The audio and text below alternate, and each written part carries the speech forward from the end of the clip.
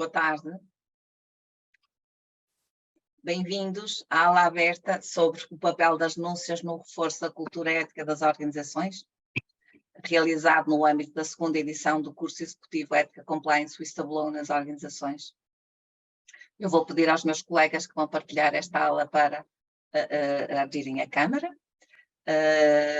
É um gosto estar aqui com tão vasta audiência e refletirmos sobre este tão importante tema para a sociedade, para as organizações e para as pessoas. Eu sou coordenadora do Fórum de Ética da Católica Porto Business School e partilho a coordenação deste curso com o maior gosto com o José Ricardo Gonçalves, que é partner da Rodrigues Bastos Magalhães e Silva e Associados. E hoje contamos também, tal como na aula passada de setembro, efetuada no contexto da primeira edição deste curso, com outros dois docentes que nos acompanham nesta formação. A Susana Magalhães, que é responsável pelo Gabinete de Integridade Científica do Instituto de Investigação e Inovação em Saúde da Universidade do Porto, e com o Bruno Castro, que é fundador e CEO da Visionware, que é uma empresa especializada em segurança da informação. Vamos então começar, vou partilhar a minha tela.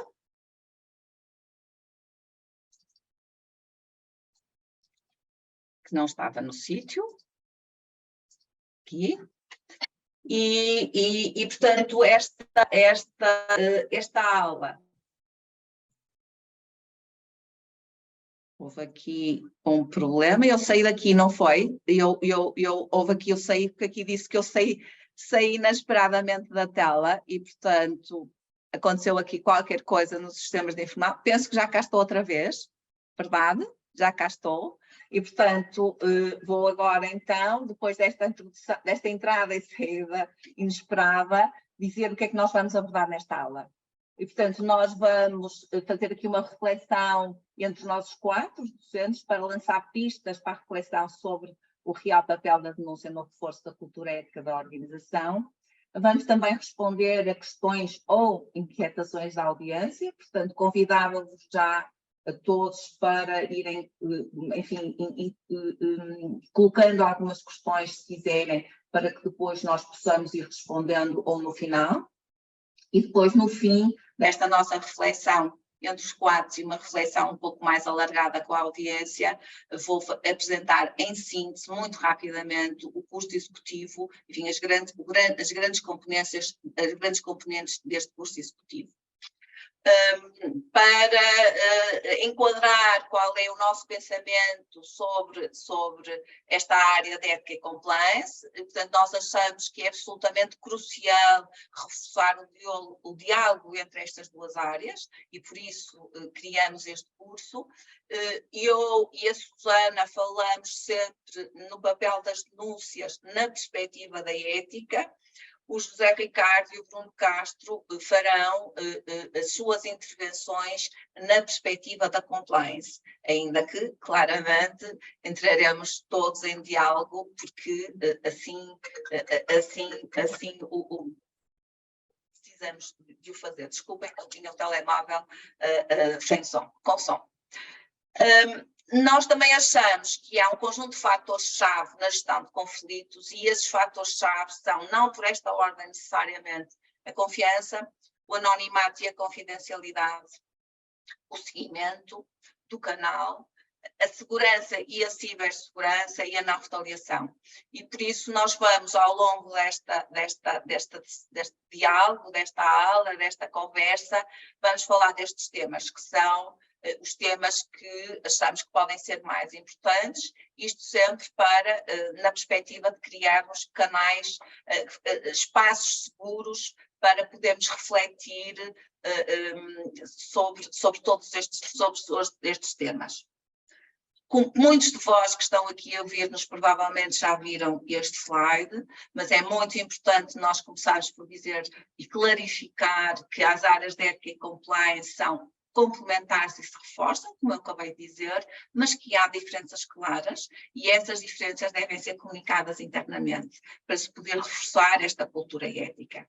Portanto, quando nós estamos a falar de compliance, e eu sei que o José Ricardo vai retomar este slide, porque, na verdade, ele gosta de ancorar também a sua intervenção neste slide, e, portanto, nós vamos, quando estamos a falar de compliance, estamos a falar de respeito pela lei, das regras, do que é preto e branco, e, sobretudo, criarmos condições para punir as más práticas, e quando nós estamos a falar de ética, estamos contrapondo na aplicação de valores, estamos a falar de julgamentos individuais e, portanto, muito inspirados pelos nossos valores, sejam os valores pessoais, da organização ou mesmo societais e até deontológicos, e estamos a falar de como sair das zonas cinzentas e também criar condições e mecanismos para promover mais boas práticas na organização. Também sabemos da teoria e inspiramos no chamado triângulo da fraude, da auditoria, que na verdade há 3 pilares fundamentais que, se estiverem juntos, então são, digamos, um convite imediato para as más práticas, mas, portanto, para prevenirmos esta ocorrência, temos que trabalhar simultaneamente nestes 3 pilares. Seja o pilar da compliance, naturalmente, onde nós vamos identificar quais são as oportunidades para a realização de uma determinada ação e, portanto, porque não há procedimentos ou porque não há controles e, portanto, é este papel de compliance também, que é criar estes procedimentos para evitar a possibilidade de se fazer estas más práticas. Depois, mais na área da ética, mais na área da pessoa propriamente dita, as nossas racionalizações. E, portanto, nós justificamos quase sempre as nossas ações de forma a torná-las aceitáveis, e todos conhecem as racionalizações, como toda a gente faz isto, cada um traz de si, estou a ajudar alguém, estou a ajudar a empresa, não estou a prejudicar ninguém, portanto são todo um conjunto de racionais que amenizam, digamos, uma má prática e, portanto, nos acabam por permitir que se faça ou permitir justificarmos a nós próprios essas más práticas. E depois, naturalmente, estamos a falar também a nível da ética, que são a nível mais das chefias, naturalmente os incentivos e as pressões, e assim incentivos e pressões são absolutamente fundamentais que as chefias pensem ou repensem estes incentivos e estas pressões, nomeadamente nós sabemos que há muitas pressões, nomeadamente em termos de tempo, e muitas vezes as más práticas são para cumprir ordens da chefia ou para cumprir objetivos organizacionais irrealistas, e portanto as chefias também, enquanto pessoa e enquanto coordenadores de equipas, têm aqui um papel muito importante para evitar más práticas. Depois, antes também de passar aos meus colegas, é importante também, sim, eu saí daqui outra vez, aconteceu aqui mais alguma coisa. Estão a ver? Sim. Estão a ver? Ok. Sim. Eu fiquei sem ecrã, portanto não sei se todos viram que eu fiquei sem ecrã ou não, mas eu fiquei, bom. Então, uma cultura ética é composta por 3 pilares, por 3 elementos fundamentais. E, portanto, nomeadamente toda a parte, o sistema formal da ética. E esse sistema formal da ética está em regra, chamamos-lhe um programa de ética formal. E é neste programa de ética formal que está o Código de Ética ou o Código de Conduta, enfim, nós podemos chamar ética ou conduta ou ambos, independentemente do seu conteúdo. Enfim, não vamos entrar agora por essas questões mais técnicas, a formação, mas é também aqui que está ancorado certamente o canal de denúncias. E, portanto, o canal de denúncias, a formação, o código e mais um conjunto de instrumentos são normalmente geridos enfim, chama-se pelo Ethics Office, pela área da ética, mas por muitas outras áreas, que muitas vezes não há autonomizada esta área nas organizações, ou há uma área de ética e compliance, ou até a própria área de recursos humanos é que gera, digamos, esta parte da ética. Mas para além do programa formal, para que a cultura ética possa emergir ou reforçar-se, é absolutamente crucial viver os valores, não é? E viver os valores, ou seja, perceber como é que, o que é declarado, o que é solicitado neste programa formal aos colaboradores, nomeadamente os valores e os princípios, como é que eles estão imbuídos nas políticas, nas práticas e nos processos. E isso faz parte da chamada a parte informal da ética, assim como a liderança.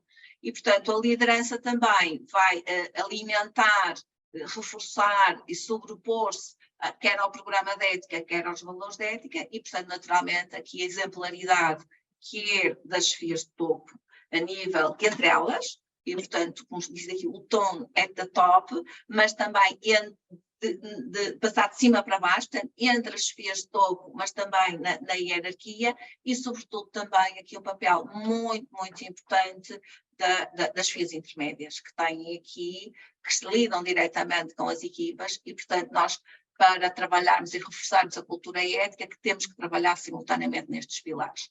Hoje vamos aqui ver-nos como é que o canal de denúncias ajuda ou pode ajudar, qual é o papel para promover esta cultura ética que tem que ser gerida. E, portanto, é muito importante nós termos a noção de que tem que se fazer a gestão da ética, do desempenho ético da organização com um conjunto de ferramentas.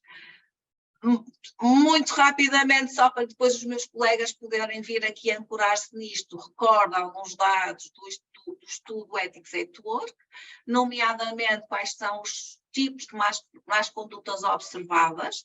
Isto é um estudo feito de 3 em 3 anos pelo Instituto of Business Ethics.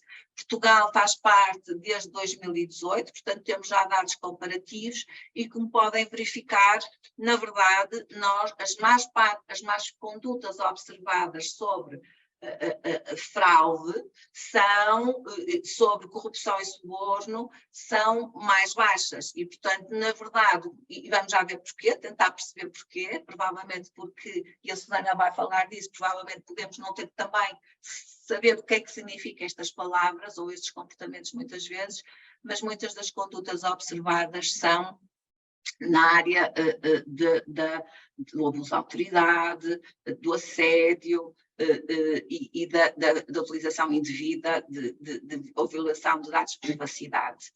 Nós, em Portugal, infelizmente, estamos no fundo da tabela quando quando perguntamos se nós reportamos, se levantamos a questão, se falamos com alguém, seja com a direção, seja através de um canal, e na verdade nós somos dos piores países da Europa, neste caso o penúltimo país que não reportamos, ou reportamos muito pouco as nossas más práticas. As razões são preocupantes, as razões são ou porque não acreditamos que não acreditar que seja tomada qualquer ação corretiva, pelo medo eventualmente de retaliação, mas medo também de colocar em perigo o meu trabalho e realmente aqui uma muito complexa no sentido de evitar sentir que não me diz respeito. Também depois de reportar a retaliação, não estamos especialmente mal na retaliação, ainda assim estamos abaixo da tabela, mas na verdade quase metade das pessoas que reportam sofrem de retaliação. A retaliação é um problema muito grave a nível mundial, a nível local. Aliás, provavelmente foi por isso que a Comissão Europeia e a nossa nova lei criou a diretiva e a lei para a proteção dos denunciantes, exatamente a proteção do whistleblower, exatamente, entre uma das proteções é a proteção da retaliação, e portanto nós temos aqui algumas perguntas que o que é que pode ser sentido como uma retaliação, quem é que faz retaliação, e portanto são questões que poderemos abordar, não as vamos abordar todas hoje, mas que são importantes. A outra questão tem a ver com a satisfação, e aqui somos mesmo o pior país de todos da satisfação. Enfim, como é que nós podemos avaliar a satisfação de quem reporta, nomeadamente como é que nós os podemos contactar? porque esta questão da anonimato e da confidencialidade, que também vamos falar um bocadinho mais, ou pelo menos o José Ricardo vai falar disto, é como é que nós podemos avaliar a satisfação das pessoas que reclamam quando estamos também muitas vezes a dizer e a pedir para que as pessoas, e a lei a dizer que nós devemos fazer o reporte sob forma de anonimato. Esta que nós vemos, no fundo, a gestão do canal de denúncias como uma parte integrante do programa de ética que visa reforçar a cultura de ética da organização e transformar a forma da gestão, e é por isso que nós estamos aqui, vamos agora tentar, e agora vou passar a palavra à Susana, exatamente mostrar como é que nós achamos que esta gestão se pode fazer. Susana? Muito obrigada, Helena. Peço desculpa. Tentando cumprir rigorosamente o tempo que temos, eu penso que ficou claro, principalmente a partir destes resultados do Ethics at Work, que não basta nós sabermos o que devemos fazer e termos sanções bem definidas para punir maus comportamentos e más condutas. É preciso nós compreendermos a razão por que devemos fazer e, portanto, é preciso nós compreendermos, termos respostas para o porquê, para o como e para o para quê. E este porquê, o como e o para quê são respondidos através de narrativas que, na verdade, fazem parte também de uma abordagem da ética em geral e da ética organizacional, que é a ética narrativa. É com base nesta reflexão ética baseada nas narrativas de todos os intervenientes que nós conseguimos fazer esta interligação entre o sistema, a comunidade e os indivíduos que fazem parte dessa comunidade, portanto, os indivíduos como membros das organizações. É através destas narrativas que nós conseguimos, na verdade, compreender o que é que significa retaliação, o que é que significa por exemplo, bullying ou assédio, e é também através destas narrativas que nós conseguimos detectar as situações ou os momentos de que irão falar, se eventualmente depois fizerem o curso, os momentos de tentação em que os maus, portanto, que podem originar más condutas. Pensando que dentro das organizações, digamos que há um nível transversal e que cobre todos os departamentos, que é o nível da compliance e, portanto, das regras e da lei que orientam os comportamentos e que devem orientar os comportamentos de todos os membros dessa organização, mas este nível deve ser a base para outros dois. E os outros dois níveis dentro do nosso comportamento ético são uma adesão ativa aos princípios, aos valores e às normas que são consensualmente assumidas dentro da organização. Isto significa que eu passo a acreditar nessas normas e que as cumpro não apenas porque devo, mas porque na verdade fazem sentido. E depois há um terceiro nível em que o primeiro e o segundo já não são suficientes, mas na verdade eu preocupo-me com e aspiro a ser quem quero ser. E, portanto, é neste sentido que as várias dimensões das más condutas implícitas na lei, como a corrupção, a fraude e a denúncia desses comportamentos, e a própria retaliação que pode advir dessa denúncia, exigem, portanto, estas várias dimensões exigem que dentro das organizações se crie espaços seguros para se falar sobre ética e para se pensar com os documentos, portanto, pensar com os documentos e não apenas sobre os documentos, ou seja, eu não vou tomar os documentos como um objeto que eu vou interpretar, as normas, as leis, como algo que eu interpreto e que ficam clarificadas para sempre, mas vou interpretar como documentos vivos que merecem uma reflexão contínua e persistente ao longo do tempo e ao longo da minha experiência e da minha presença numa determinada organização. São estes espaços seguros para refletir e falar sobre ética, que permitem, por exemplo, duas coisas, e vou só aqui elencar duas, depois eventualmente haverá espaço para outras. Uma é prevenir aquilo que se considera que é injustiça testemunhal, ou seja, as situações de injustiça que ocorrem quando eu, na verdade, não valido aquilo que o outro me diz porque considero que ele não tem competências para opinar ou para, no fundo, transmitir a sua perspectiva sobre determinado problema e, portanto, eu finjo que o escuto, mas, na verdade, não escuto. A injustiça hermenêutica que é, na verdade, que ocorre quando não há uma partilha de informação sobre o que é que significam os termos e os conceitos que estão presentes, por exemplo, na lei e nas normas da instituição ou da organização onde nós estamos inseridos. Um outro aspecto que também, ou um outro outcome, um outro resultado que nós podemos identificar da criação de espaços seguros de reflexão ética é não só a prevenção da injustiça testemunhal e da injustiça hermenêutica, mas também a possibilidade de, nesses espaços, darmos sentido àquilo que fazemos.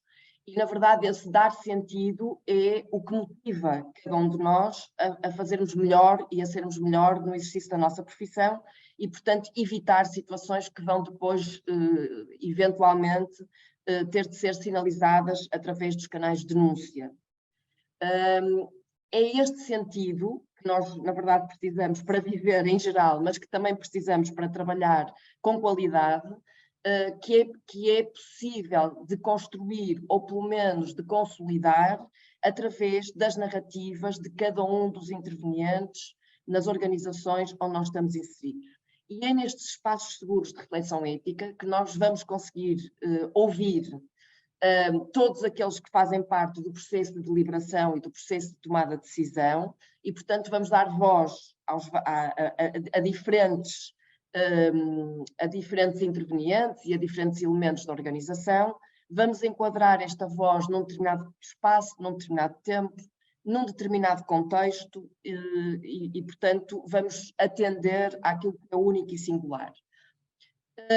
Só para vos deixar algum input para aquilo que poderá ser uma sessão de reflexão ética com base em narrativas, um dos aspectos que nós procurámos já fazer noutras sessões foi pedir ou solicitar a que os participantes de um fórum, de uma sessão de reflexão, pensassem sobre o que é que significa retaliação.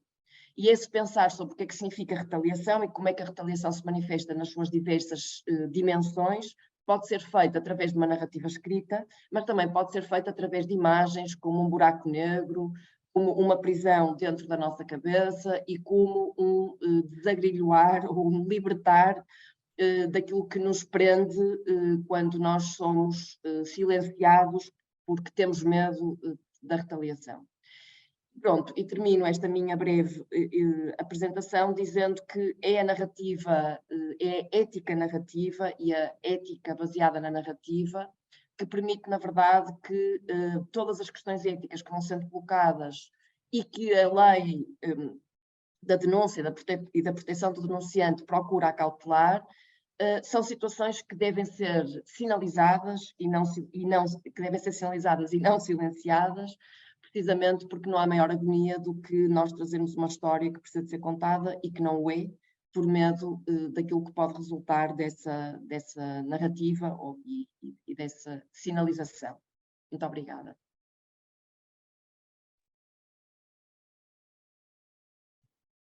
Muito boa tarde a todos e principalmente àqueles que correspondem ao número de muitos inscritos que tivemos o privilégio de ter nesta aula aberta, alguns e algumas das quais tenho o gosto de conhecer e, portanto, por esta via, muito obrigado pela vossa presença. Como já perceberam da intervenção da Helena e da Susana, e vão perceber da do Bruno, que é ainda mais pragmático do que eu e direcionado, o objetivo desta aula é realmente dar aqui algumas notas, alguns sinais sobre a temática que aqui nos traz. E talvez eu começava por pedir a ajuda da Helena para mostrar aquele slide que a Helena sabe que eu gosto muito dele, porque é muito elucidativo, onde se compara a componente ética e a componente compliance. E este slide, que a Helena há pouco também já o passou, eu diria que evidencia bem a velha máxima de um lado a pessoa boa, do lado esquerdo, no caso concreto a Helena e a Susana, e do outro lado a pessoa má, que é o José Ricardo. Não sei se tu, Bruno, também estarás aí metido, admito que sim, mas pelo menos solidariamente has de querer estar comigo, que é, lá temos que assegurar o respeito da lei, o que é que as pessoas têm que fazer, que regras é que têm que obedecer, isto realmente, se não obedecerem, vão ser sancionados, e portanto é sobre esta componente que eu diria menos agradável, mas exigível numa vivência na sociedade, que eu gostava de vos dar algumas notas.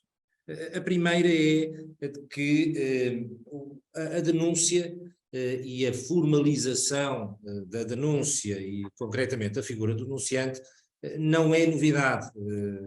Evidentemente tem uma conotação histórica marcada, concretamente cá em Portugal, num determinado período da nossa história política, e com a marca negativa que lhe esteve subjacente, mas recordo àqueles que não sabem, este ano completam-se 244 anos, quando nos Estados Unidos saiu a primeira lei do whistleblower.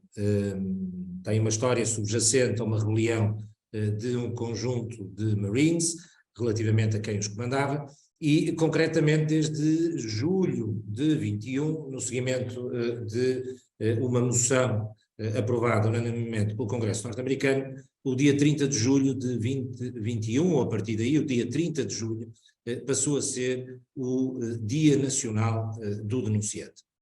E no caso concreto digamos, uma temática que veio preocupando e agora centrando-nos na União Europeia, a União Europeia, e no seguimento de uma diretiva que foi publicada em 2019, o legislador português foi dos primeiros a fazer sair, e apenas com 3 dias de atraso, o que realmente é excepcional, a transposição da diretiva através da Lei 93/2021.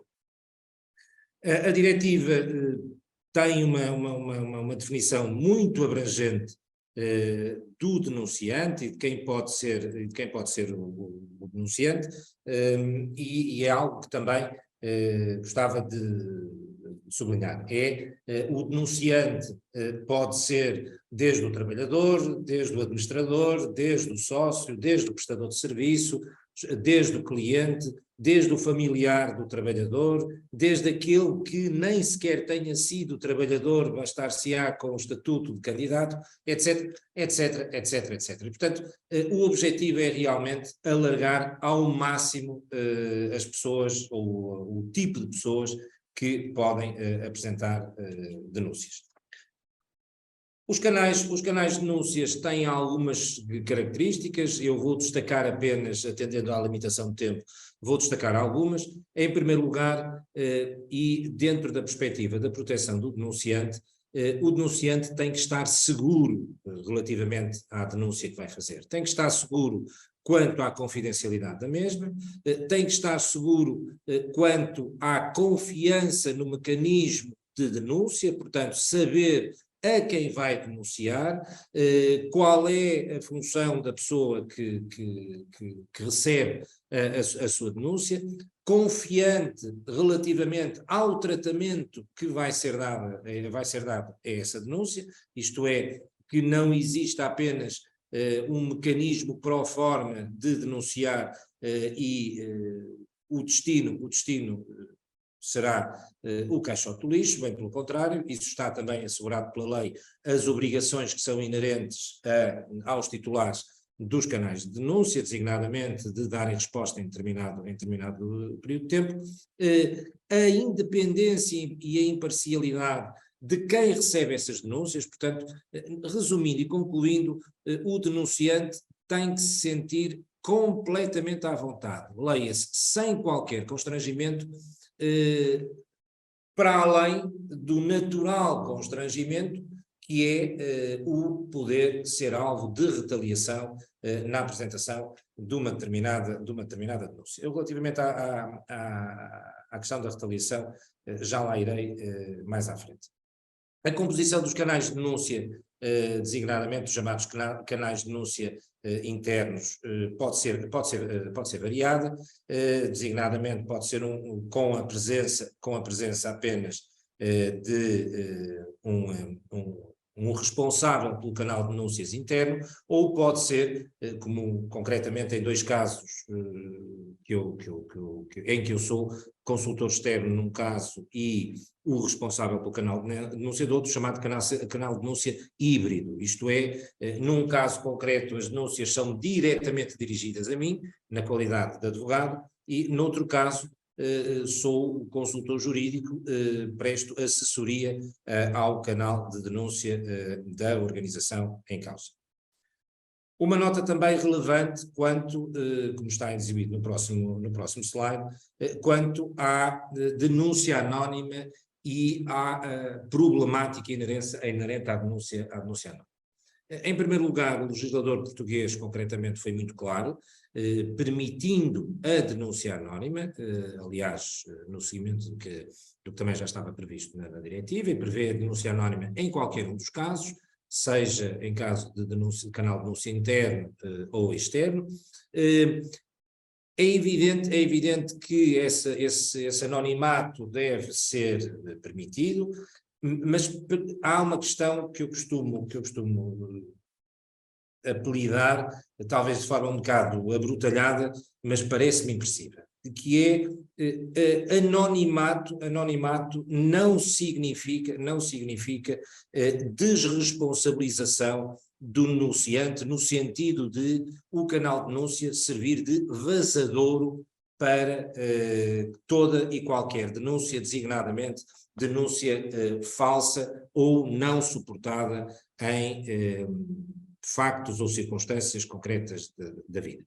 E nessa medida, do ponto de vista da formação, e é uma das teclas onde eu tenho realmente insistido, porque infelizmente, no âmbito das minhas funções, tenho assistido, graças a Deus, não muito, mas para mim é suficiente um caso, quando isso acontece, que é o facto de o denunciante aproveitar, sob a capa do anonimato, para, sem qualquer tipo de suporte, denunciar A ou B. E nessa medida eu gostava também de sublinhar a importância de proteção do denunciado, isto é, não é só o denunciante que merece proteção, o denunciado merece também essa mesma proteção. Todos devem imaginar quais são as consequências inerentes, e eu diria que não é só potencialmente inerentes, é realmente inerentes, a uma denúncia anónima, falsa, dirigida a alguém. Portanto, gostava de sublinhar, eu já lá vou mais à frente à questão da importância da formação também nesta temática, mas gostava só de deixar aqui uma nota quanto à denúncia anónima e, digamos, à necessidade e à relevância de se impedirem as denúncias falsas e sem qualquer suporte fáctico, digamos assim. Gostava também de vos dar nota, como já falei há pouco, e como já falou também a Susana e a Helena, quanto à importância da retaliação e, concretamente, à importância, para ser mais preciso, da proteção da proibição ou da previsão da proibição de retaliação. É evidente que faz parte de nós mesmos, pessoas, seres humanos, haver uma natural e imediata tendência para reagir contra alguém que comunica algo que muito pouco ou mais ou menos nos é desagradável, mas digamos, é um comportamento que evidentemente não pode existir, é um comportamento para o qual deve haver tolerância zero e, nessa medida, quer a própria lei prevê determinados casos em que se presume que há retaliação, e, portanto, quando eu digo se presume, compete à organização provar que não despediu a senhora Felizmina com justa causa, porque a mesma tinha denunciado, mas que a despediu por circunstâncias que a lei prevê possam fundamentar um despedimento com justa causa. Portanto, esta previsão de uma presunção de retaliação é, evidentemente, muito relevante, e o alargamento a 2 anos desta presunção, isto é, todos aqueles atos que sejam dirigidos no prazo de 2 anos, dirigidos à pessoa do denunciante, presumem-se como sendo, digamos, um ato retaliatório ou um ato de retaliação e, portanto, nessa medida, compete à organização provar que assim não é, como também a lei prevê expressamente a obrigação de indemnizar quem tenha sido alvo de retaliação. Dou também uma breve nota, e isto relativamente à Lei 93/21, do valor das contraordenações, que poderão ir até 25 mil euros no caso de pessoas singulares ou de 250 mil euros no caso de pessoas coletivas.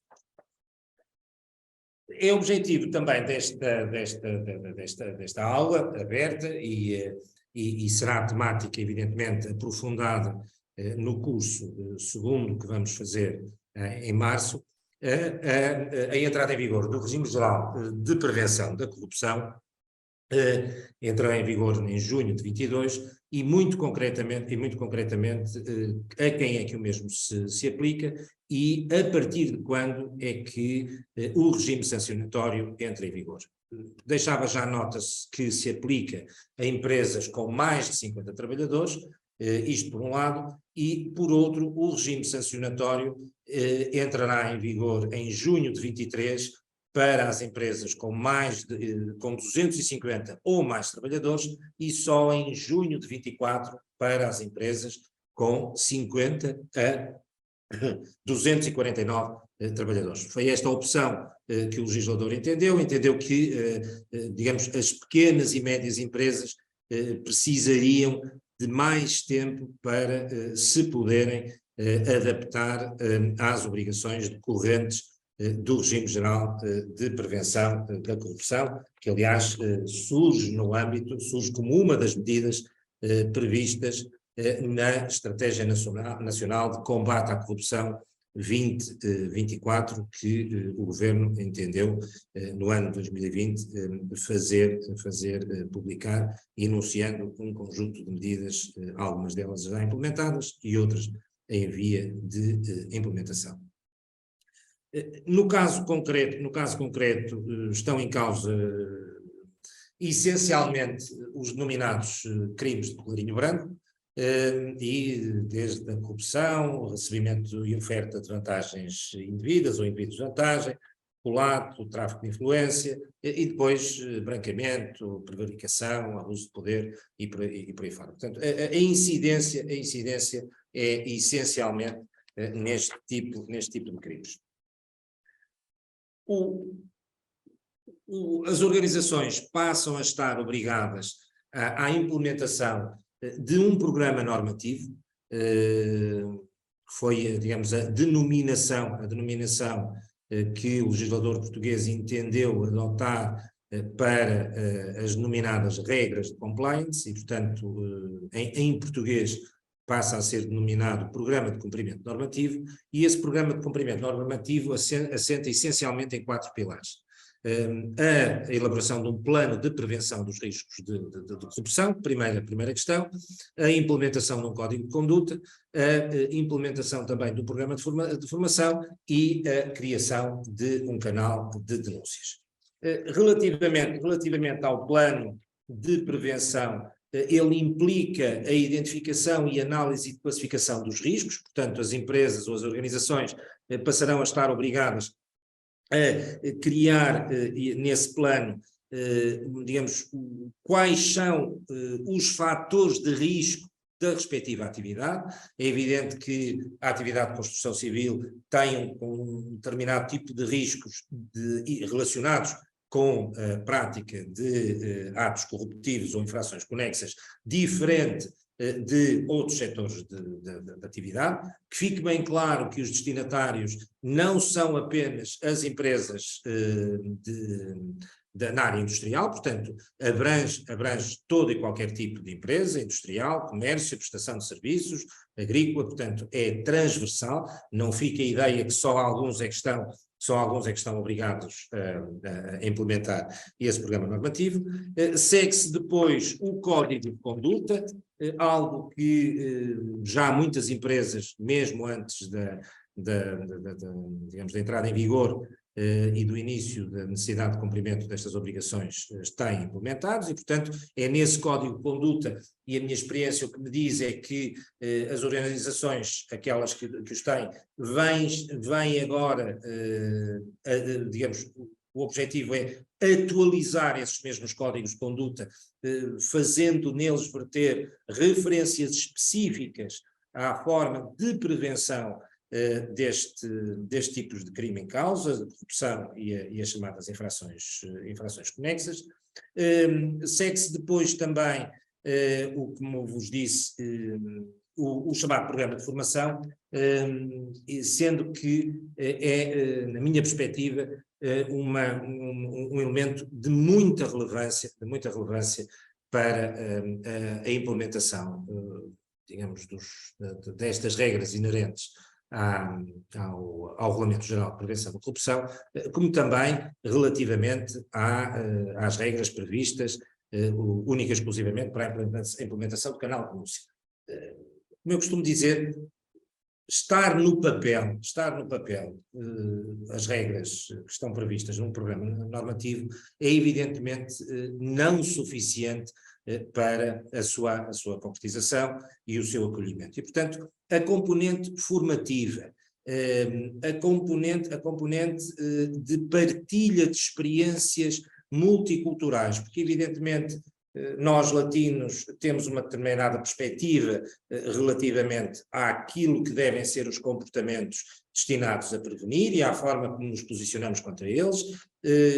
Os países do norte têm uma, e portanto toda essa prática formativa é, na minha perspectiva, algo de muito relevante e é, digamos, um investimento no qual as organizações, evidentemente, devem apostar seriamente.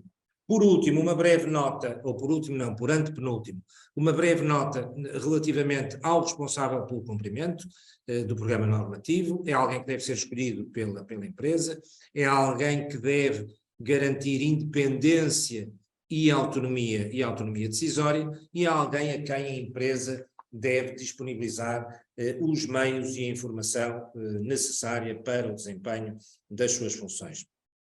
Coloca-se-me, só um bocadinho, Helena, muito obrigado, coloca-se-me uma questão que é se esse responsável ou essa responsável tem que ser necessariamente um trabalhador da empresa ou se pode ser alguém externo à empresa.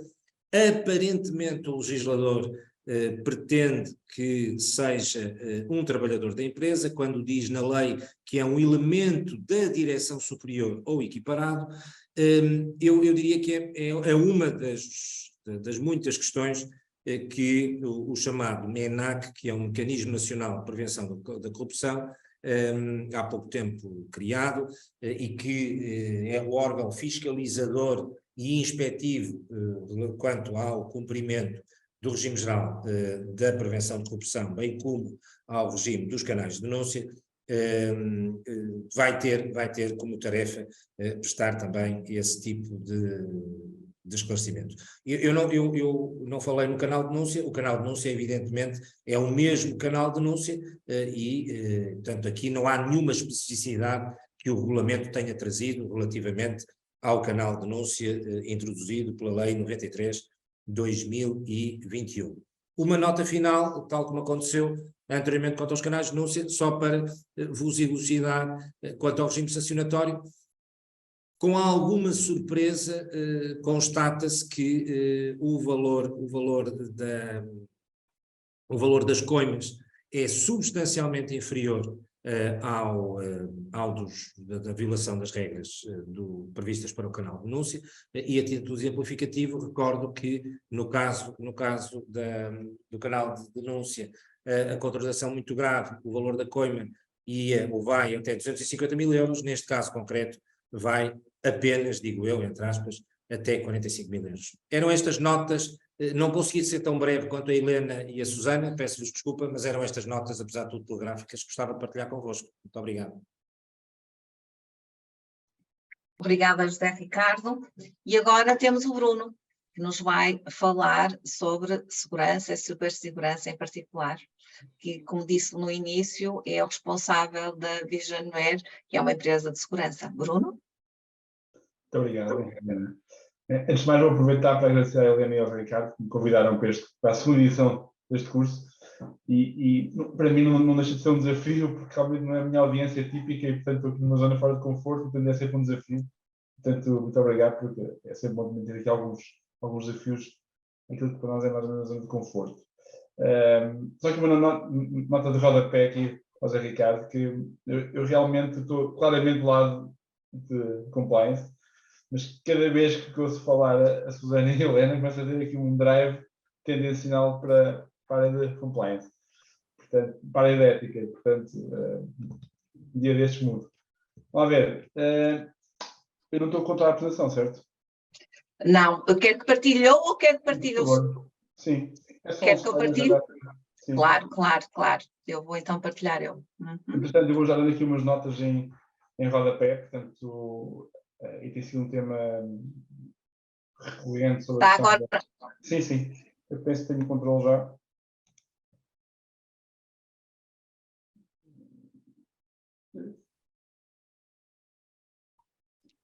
Eu posso partilhar, se tiver, prefere?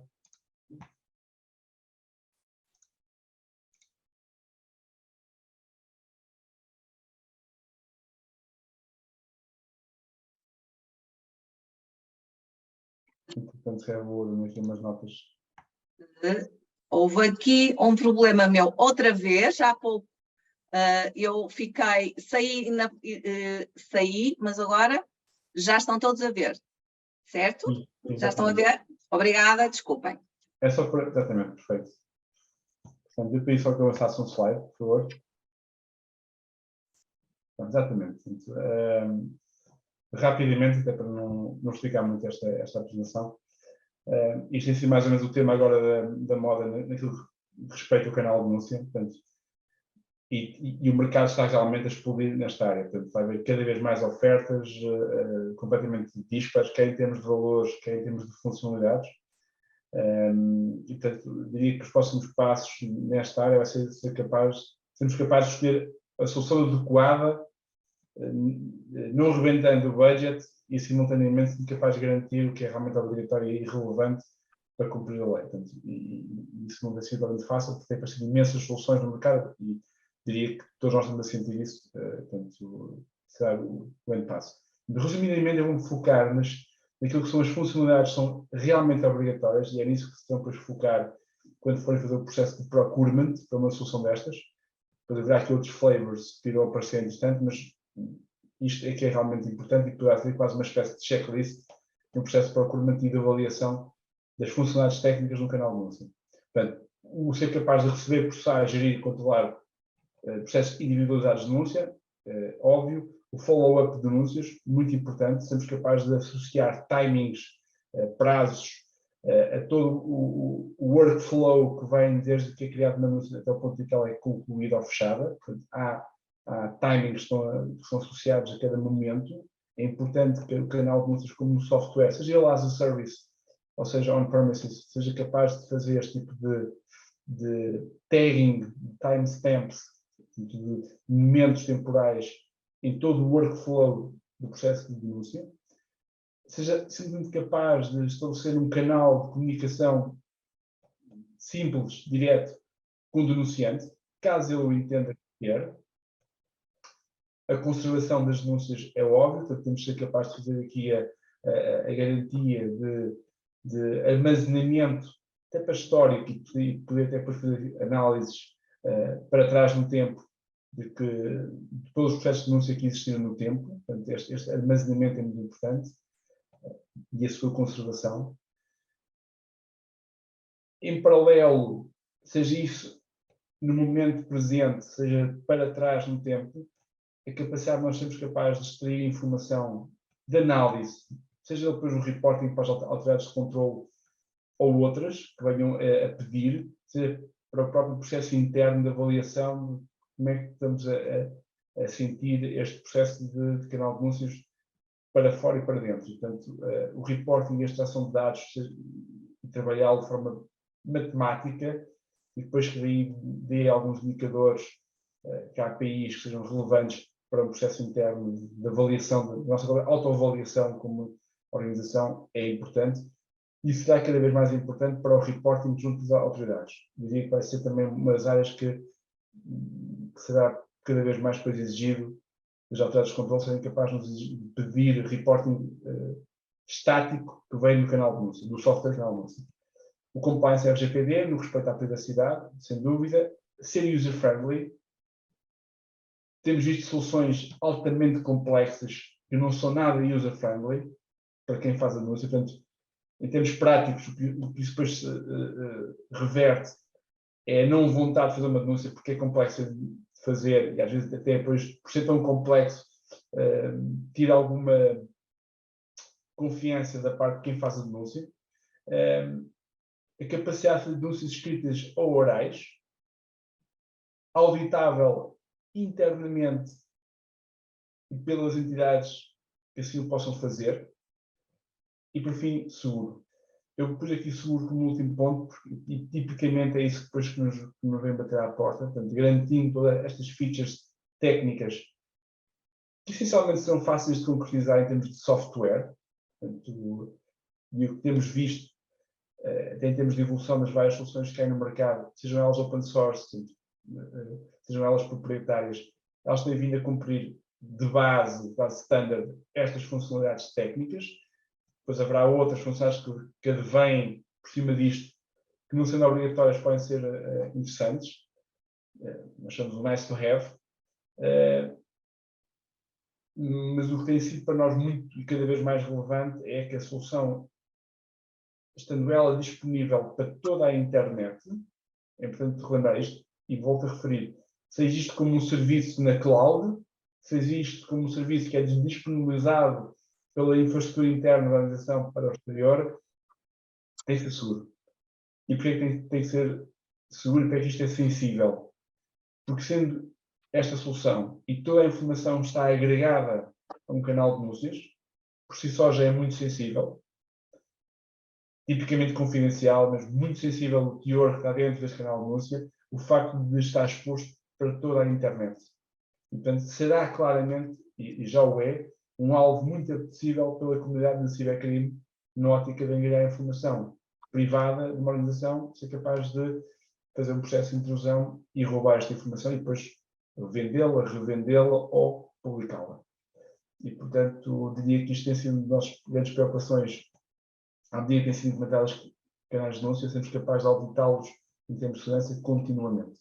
Okay? Portanto, assim, wrap-up daquilo que eu acho que deve ser o canal de denúncia e os desafios que advêm é sermos capazes de fazer uma filtragem daquilo que existe no mercado de software de canais de denúncia, mais uma vez, seja isto dentro de portas ou num serviço as a service, numa cloud da vida, garantir que no processo de procurement as funcionalidades obrigatórias técnicas são garantidas e, por fim, o software e a solução, ao ser disponibilizada para a internet, é realmente segura.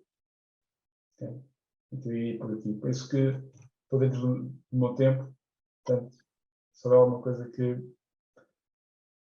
Este era o outro slide, mas que vem agregar à questão da segurança. E, obviamente, nós nunca vamos garantir que uma solução X é 100% segura, vamos meramente gerir o seu risco. Portanto, o que estamos aqui a ver é que um canal de denúncia, tipicamente, como o software é colocado no nosso âmbito de trabalho, como uma daquelas soluções que nós temos de estar constantemente a controlar. Seja isto em termos de monitorização ativa, seja em termos de stress ou auditar isto recorrentemente, porque não nos podemos esquecer que a informação é armazenada debaixo de uma solução de software que poderá ser vulnerável e, portanto, isso será claramente apetecível ao mundo do cibercrime. E, portanto, para nós estará sempre naquele patamar de soluções de risco alto que iremos ter que avaliar continuamente. Não é uma solução para comprar e esquecer.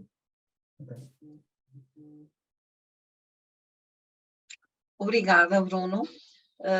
Eu não sei se queremos ainda, antes de passar ao público, eu estou aqui a ver, não tenho neste momento nenhuma perguntas e respostas, mas se a Susana ou o José Ricardo querem complementar, enfim, algo que algum de nós tenha dito e que queiram complementar ou reforçar antes de passar ao público e antes de depois também, em 2 ou 3 minutos, fazer uma brevíssima apresentação do curso, deste curso.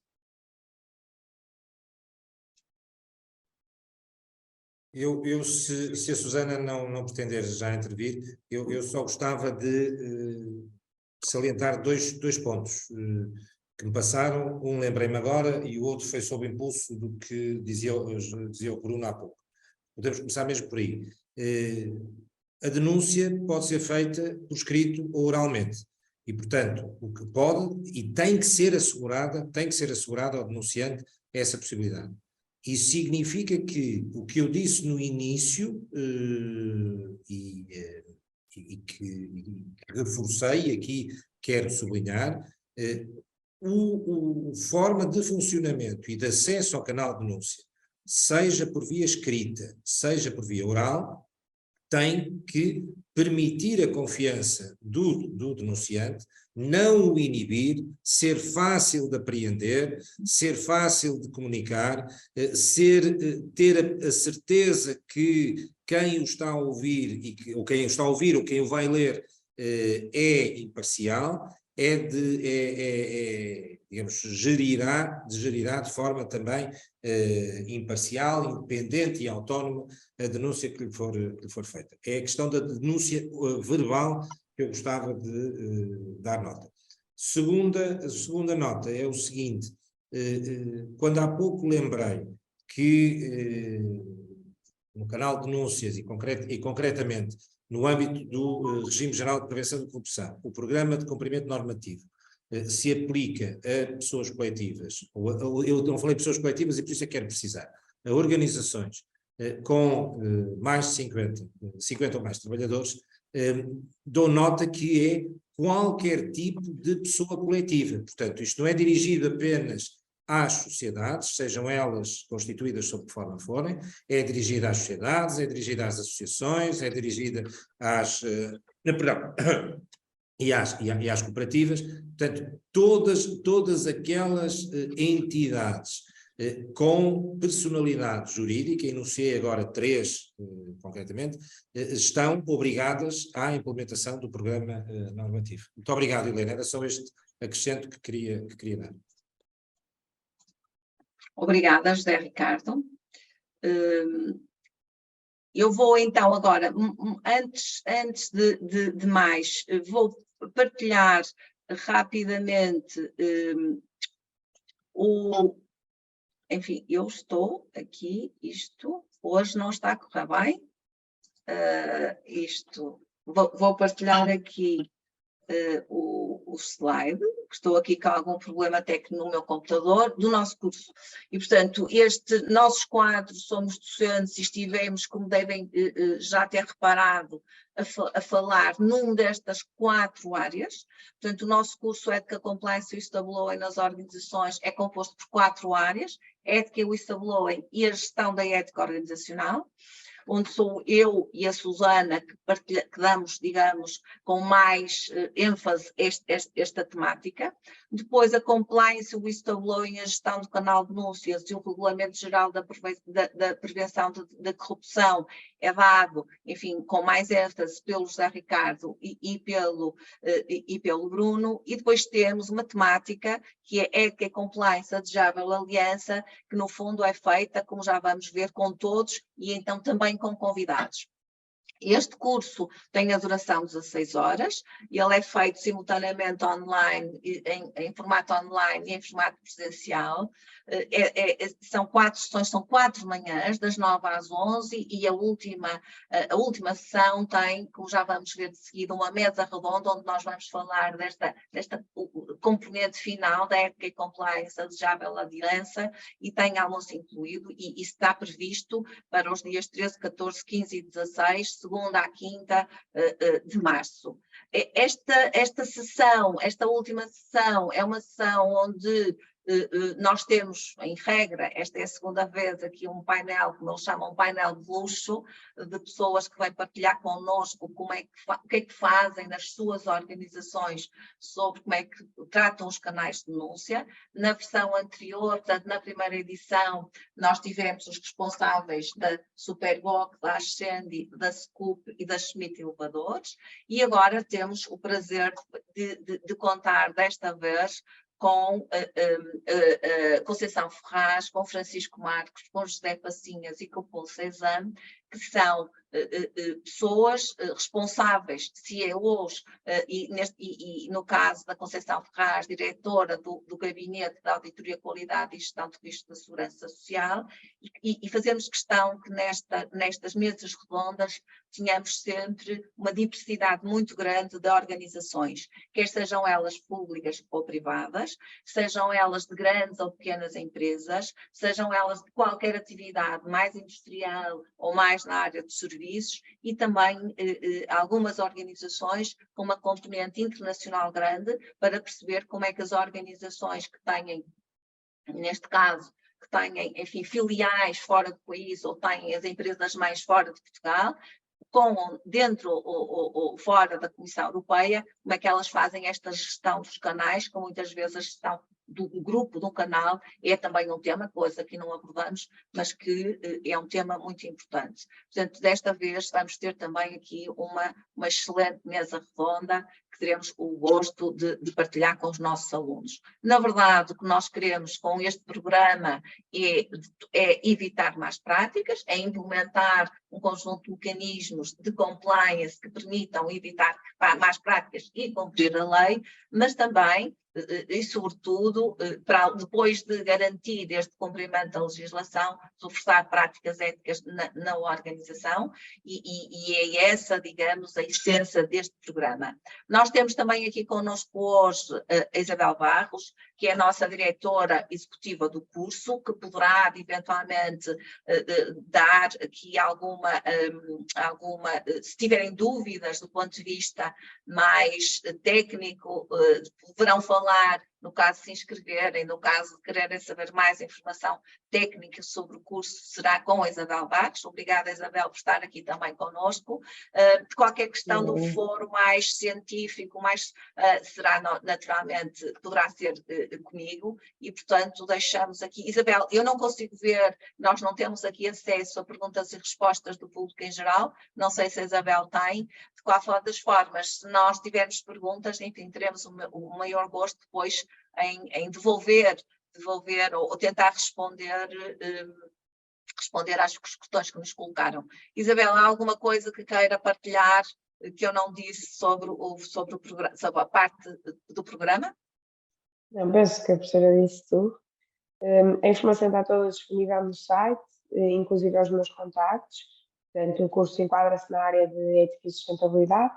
Se entrando no site, é procurar informação nesse separador, e estamos disponíveis. Qualquer questão, por e-mail, por telefone, reunião online ou presencial, é só entrarem em contato connosco. Relativamente às perguntas, efetivamente não temos perguntas, professora. Obrigada, Isabel. Eu vou então só perguntar se há alguma, antes de me despedir, se alguém quer fazer algum comentário final, ou algum... Susana? Só queria, eu comecei tão rapidamente a minha intervenção para cumprir o tempo que nem agradeci, e peço desculpa, agradecer à Helena e ao José Ricardo o convite para fazer parte deste curso e dizer que é com muito gosto que aqui estou e que entro aqui como docente convidada juntamente com o Bruno, com quem já aprendi muito e vou continuar a aprender. Portanto, acho que esta aliança entre ética e compliance é boa para quem faz o curso e é boa para quem leciona. E, portanto, estamos sempre a aprender uns com os outros. Muito obrigada. Obrigada, Susana. Bom, vou então, enfim, fechar para cumprirmos o tempo. Tínhamos dito que era 1 hora mais uns minutos no caso de podermos responder aqui algumas perguntas. Muito obrigada à Susana, ao Bruno e ao José Ricardo e também naturalmente à Isabel por estarem aqui e sobretudo obrigada a todos os que nos ouviram. Nós vamos partilhar como sempre esta sessão no nosso YouTube, não é? No canal YouTube da Católica Porto Municipal, para o caso de quererem ouvir ou partilhar com alguém e esperamos por vós, esperamos que os possamos ter em março connosco presencialmente ou online neste curso. Obrigada. Helena, só para dizer que entretanto estão a aparecer Q&A, comentários, mas não são perguntas, portanto, e não sei se as pessoas ficaram na dúvida se o chat funcionava e como não funcionava, agora estão a colocar tudo. Pois, está aqui a dizer, passo por aqui porque o chat está indisponível. Ok. Pois, porque é o Q&A, mas sim. Ok, obrigada e também obrigada por esta alerta, obrigada a todos e também muito obrigada pelos parabéns que nos estão a dar pela sessão, que agradecemos. Boa tarde. Helena, eu permitia-me, em face Claro. de ter estado indisponível, que dessemos mais uns minutos para ver se aparecia alguma pergunta, porque estou a ver agora aqui a cair algumas... por um lado, simpáticas observações, que eu também aproveito para reagradecer, mas não sei se poderá cair alguma pergunta entretanto.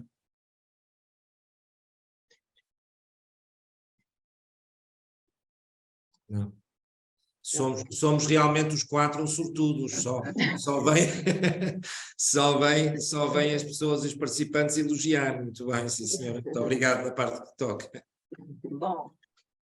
De qualquer das formas, se tiverem qualquer questão, portanto, tem os nossos contactos, tem contactos da Isabel, portanto, o meu, já agora eu posso repetir, é hgoncalves@ucp.pt e o de Isabel ibarros@ucp.pt e penso que nós os dois, quer do ponto de vista, as duas, quer do ponto de vista científico, quer do ponto de vista das inscrições, poderemos responder diretamente, enfim, independentemente de poderem contactar diretamente o José Ricardo, a Susana ou o Bruno.